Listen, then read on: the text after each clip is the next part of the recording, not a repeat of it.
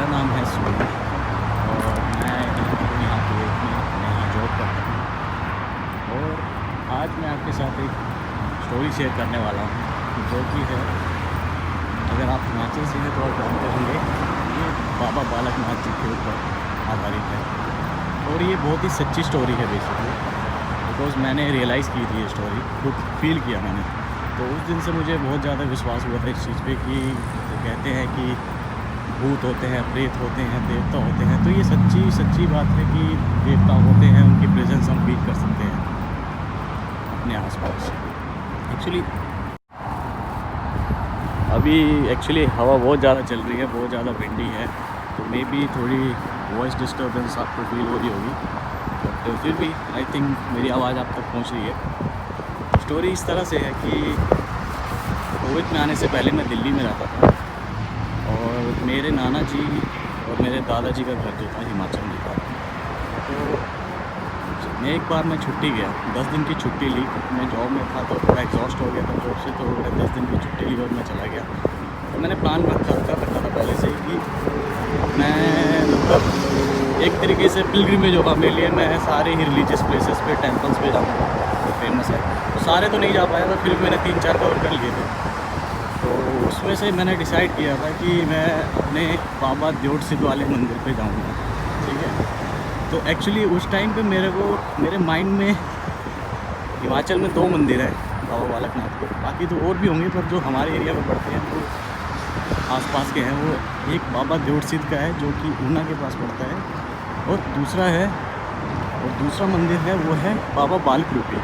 वो उनके छोटे रूप का मंदिर है जो कि मेरे नाना के घर से मतलब मात्र ही कह सकते हो आपकी 8-10 किलोमीटर की रेंज में पड़ता है।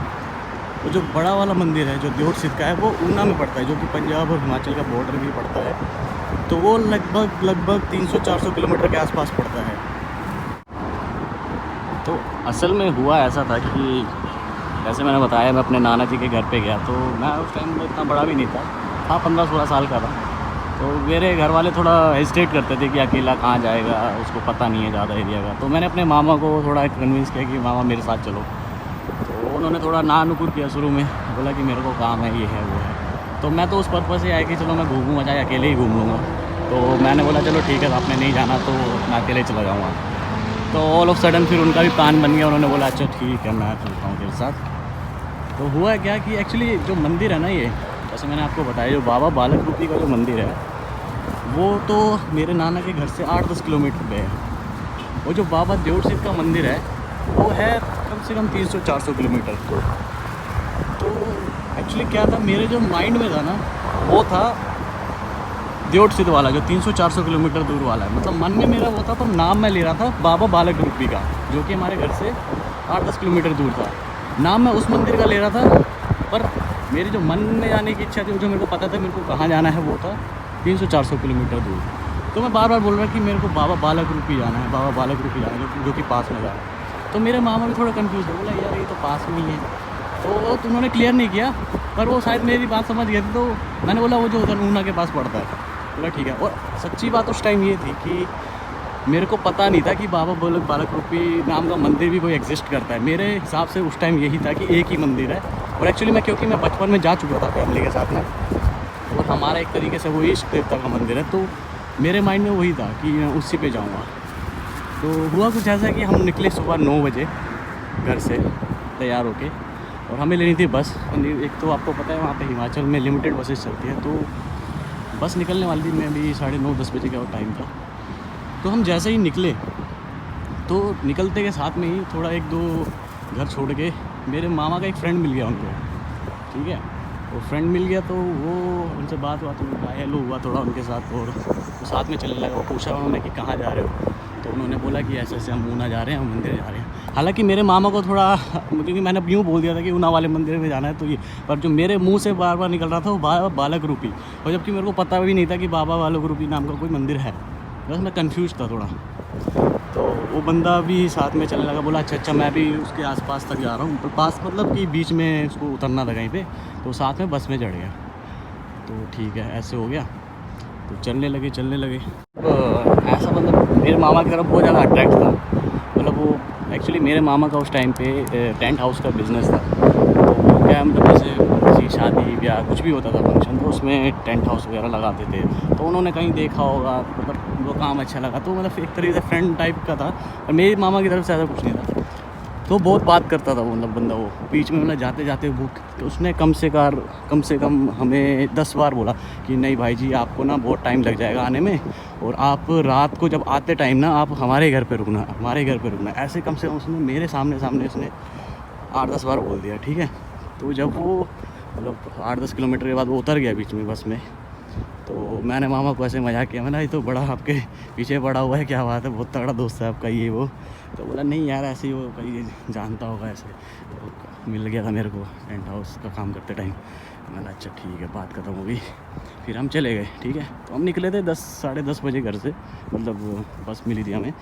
तो उसके बाद जो है मतलब हम पहुँचे वहाँ पे 4:30 बजे मंदिर पे।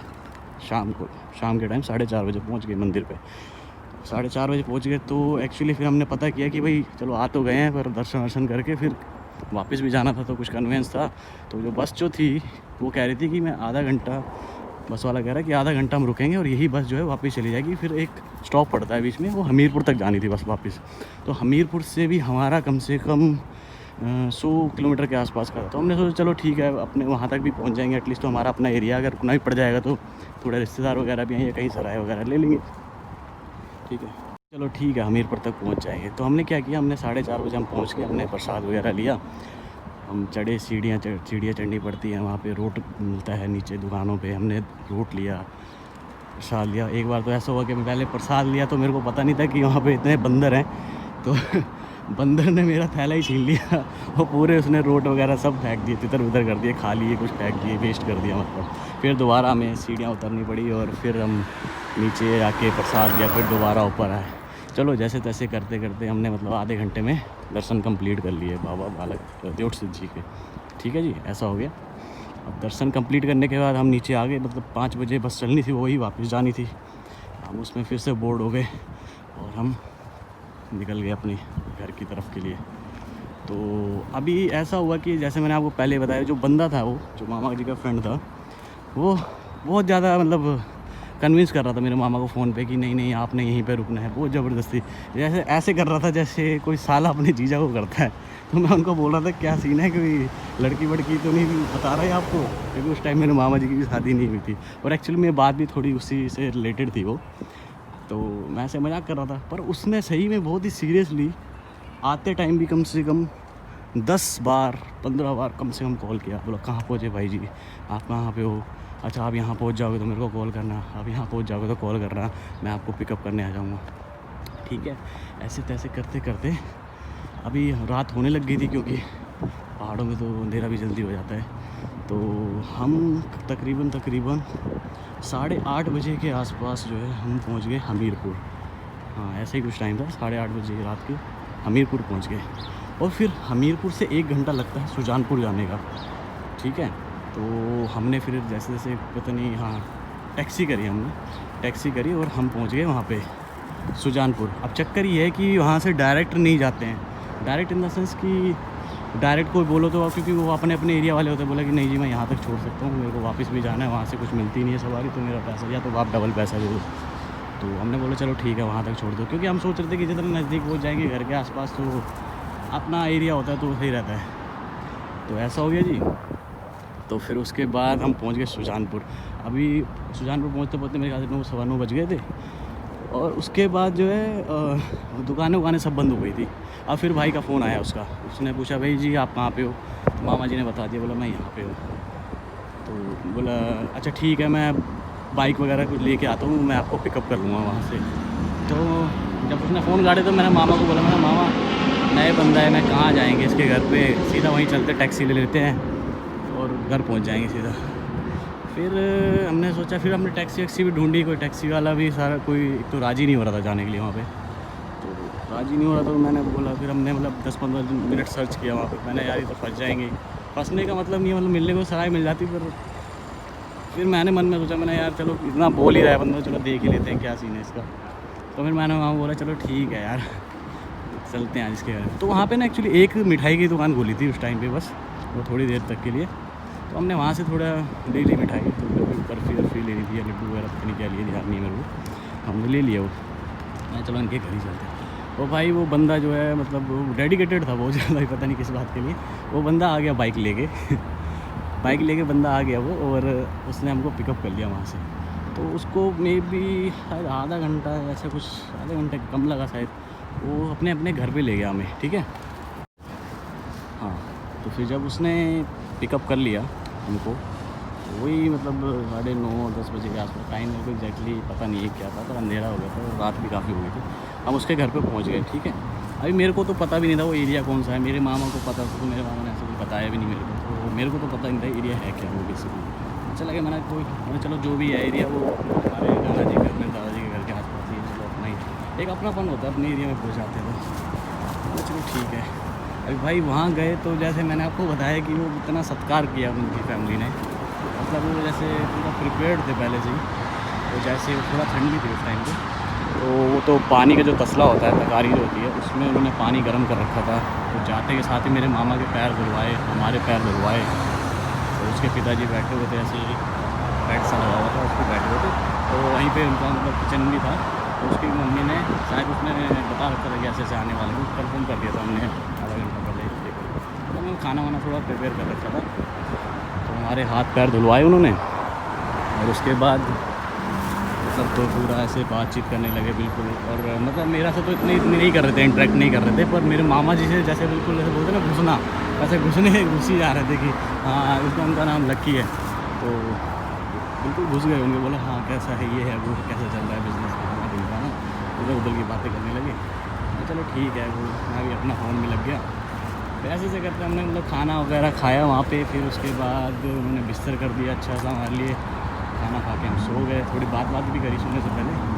मैं सो गए मतलब 12-1 बजे तक। अब सो गए, फिर उसके बाद सीधा हमारी नींद खुली।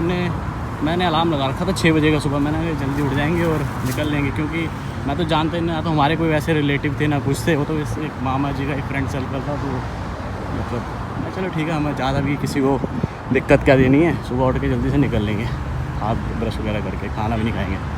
तो भैया उन्होंने तो मेरे अलार्म लगाने से पहले ही उठ गए थे सारे फैमिली वाले, और उन्होंने उठा दिया हमें भी, बोला कि अच्छा चलो तुमको कुछ दिखा के लाते हैं। तो मैंने सोचा कोई सुबह ही उठा दिया। मैं चलो कोई नहीं, अपने फ्रेश वगैरह हुए, उनके वॉशरूम वगैरह में ब्रश वगैरह किया। तो ब्रेकफास्ट तो नहीं किया हमने खैर, पर वही मतलब वो उनका क्या है कि ऐसे तो टॉयलेट्स वगैरह थे उनके, तो हमने तो वहीं पे किए। पर वो जो उनको आदत पड़ी हुई है ओपन में करने की, तो शौचालय के लिए थोड़ी दूर चले गए ऐसे मंचन वगैरह लेने के लिए। तो साथ में ले गए हमें। तो सुबह नज़ारा ही बहुत प्यारा था वहाँ का, तो ले गए, तो हम भी चले गए साथ में। तो हमने भी थोड़ा ऐसे सैर कर ली सुबह की, बहुत मज़ा आ रहा था। तो ठंडी हवा चल रही थी। तो वहाँ पे वो चीड़ के पेड़ होते हैं, बहुत ही प्यारा नज़ारा था, मतलब थोड़ा जंगल टाइप का भी था वहाँ पे। तो वो थोड़ा टॉयलेट वगैरह भी करके आ गए। तो उसके बाद वो फिर वापस आए रूम घर पे आए, और वो फिर दोबारा वो फ्रेश वगैरह हुए। फिर उन्होंने बोला अच्छा चलो मैं तुमको घुमा के लाता हूँ। तो ऐसे करते उन्हें 6:30-7 का टाइम हो गया था सुबह का, और फिर वो ले गए तो मंदिर में ले गए मेरे को। अभी मंदिर में क्या ले गए, जैसे जहाँ पे ले गए ना वो मंदिर में, तो मैंने गेट पे पढ़ा मैंने, तो वहाँ पे लिखा हुआ था कि बाबा बालक रूपी मंदिर। फिर मेरे को डाउट हुआ, मैंने कहा यार बाबा बालक रूपी मंदिर, अभी मैं तो कब से मतलब दिल्ली से भी आया था, तो मैंने मामा को सबसे पहले ये बोला था, मैंने यार मेरे को ना आज आया हूँ मैं इस बार, तो मैं बाबा बालक रूपी मंदिर जाना है मेरे को। तो मेरे को क्या था कि यही मतलब मेन इंटरेस्टिंग पॉइंट था इस चीज़ का।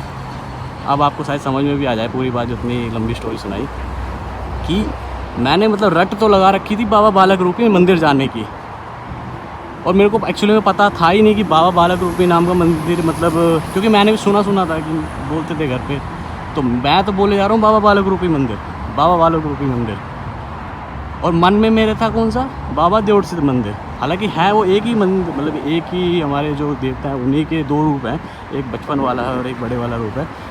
तो मेन ट्विस्ट यहीं पे आ गया। अब जब मैंने वो बोर्ड पढ़ा, मैंने बाबा बालक रूपी मंदिर में बोल रहा हूँ और होके आगे मैं देवसिद्ध, तो फिर मेरे को ना ऑल ऑफ सडन मेरे को बहुत रियलाइज़ हुआ। मैंने कहा यार सच्ची बात है कि कहते हैं ना भगवान एग्जिस्ट करते हैं, और मतलब ऐसा कुछ नहीं है, ये कोई कोइंसिडेंस नहीं हो सकता। मैं नहीं मानता इस चीज़ को कोइंसिडेंस, क्योंकि उस बंदे के घर पे जाने का कोई मतलब ही नहीं था, कोई मकसद नहीं था। और अगर वो बंदा नहीं मिलता हमें बीच में, तो हम सीधा सीधा वो दर्शन करके वहाँ चले जाते। पर क्योंकि मैंने रट लगा रखी थी, तो भगवान ने मतलब बाबा बालक रूपी जी ने वहाँ के दर्शन करवा ही दिए मेरे को, क्योंकि मैंने लगा रखी। हालांकि मेरे माइंड में ऐसा कुछ था नहीं ना, मेरे को पता था। पर देखो कैसे उन्होंने मतलब एक तरीके से लीला ही बोल सकते हैं कि उन्होंने रचाई और वहाँ के दर्शन भी करवा दिए मेरे को, क्योंकि मैं नाम ले रहा था वहाँ का। माइंड में मेरा कोई दूसरा मंदिर था। तो मतलब मेरे को ये चीज़ बहुत ही इंटरेस्टिंग लगी। और फिर साथ में इंटरेस्टिंग तो थी ही, मतलब ये एक तरीके से बताती भी है कि जो हमारे डाइटीज़ होते हैं, जो हमारे देवता लोग होते हैं, इष्ट देवता होते हैं, अगर हम सच्चे मन से कुछ भी कर रहे हैं ना, या सोच भी रहे हैं, अच्छा सच सोच रहे हैं उनके बारे में, तो वो अपनी प्रेजेंस शो करते हैं हमें। मेरे मतलब इसको बनाने का, वीडियो बनाने का मेरा सिर्फ यही मकसद था कि इसे बोलते हैं ना कि कई एथेइस्ट लोग होते हैं, वो नहीं मानते हैं भगवान नहीं होते हैं, ये नहीं होते हैं फलाना, मतलब जो ज़्यादा ही अपने आप को सुपरस्टिशन से परे मानते हैं या ज़्यादा ही साइंटिफिक समझते हैं अपने आप को, तो उसे थोड़ा मतलब उन लोगों के लिए क्लैरिफिकेशन था मेरा।